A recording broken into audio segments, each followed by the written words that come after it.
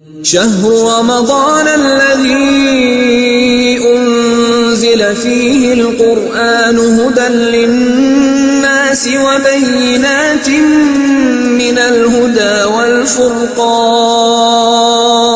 شهر رمضان الذي أنزل فيه القرآن هدى للناس وبينات اعتکاف میں کچھ چیزیں جو ہیں حرام بھی، وہ بھی دماغ میں رہے۔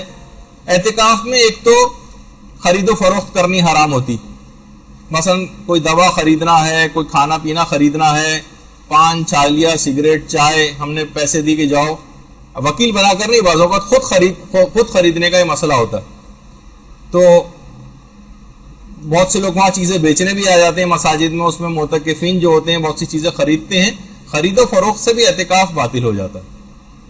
تو سوائے اس کے کوئی مجبوری ہو جائے، کھانا کوئی اول تو یہ خیالی مسئلے ہو جائیں گے، ورنہ کھانے وغیرہ کا تمام مساجد کے اندر انتظام ہو جاتا ہے۔ مجبوری ہو تو خرید و فروخت ہو سکتی ہے، مجبوری ہو تو نہیں ہو سکتی۔ مثلا کوئی کاروباری افراد مسجد میں بیٹھے ہیں، اعتکاف میں 3 دن تک بیٹھے ہیں، آپس میں باتیں کریں، ہر طرح کی باتیں کر سکتے ہیں۔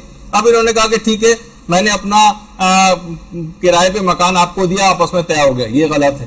کوئی کاروباری ایگریمنٹ انہوں نے بیٹھے بیٹھے وہاں پر کر لیے، خرید و فروخت اور اس طرح کے تمام کاروباری ایگریمنٹس کی اعتکاف میں جائز نہیں ہوتی۔ اچھا، اسی طرح سے خوشبو جو ہے وہ حرام ہوتی ہے اعتکاف میں، بلکہ اس سے اعتکاف باطل بھی ہو جاتا ہے۔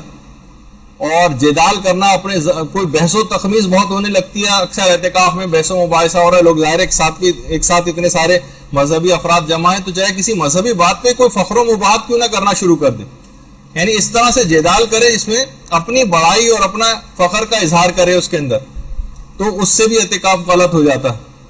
تو بہت سارے اعتکاف کے جو مسئلے ہیں وہ حج کے مسئلوں سے بہت ملتے جلتے ہیں۔ کہا جاتا ہے کہ اگر اعتکاف کو انلارج کیا جائے تو حج بن جاتا ہے، اور حج کو مائکرو کر دیا جائے تو اعتکاف بن جاتا ہے۔ وہ اتنے مسائل کے اندر مماثلت ہے آپس میں۔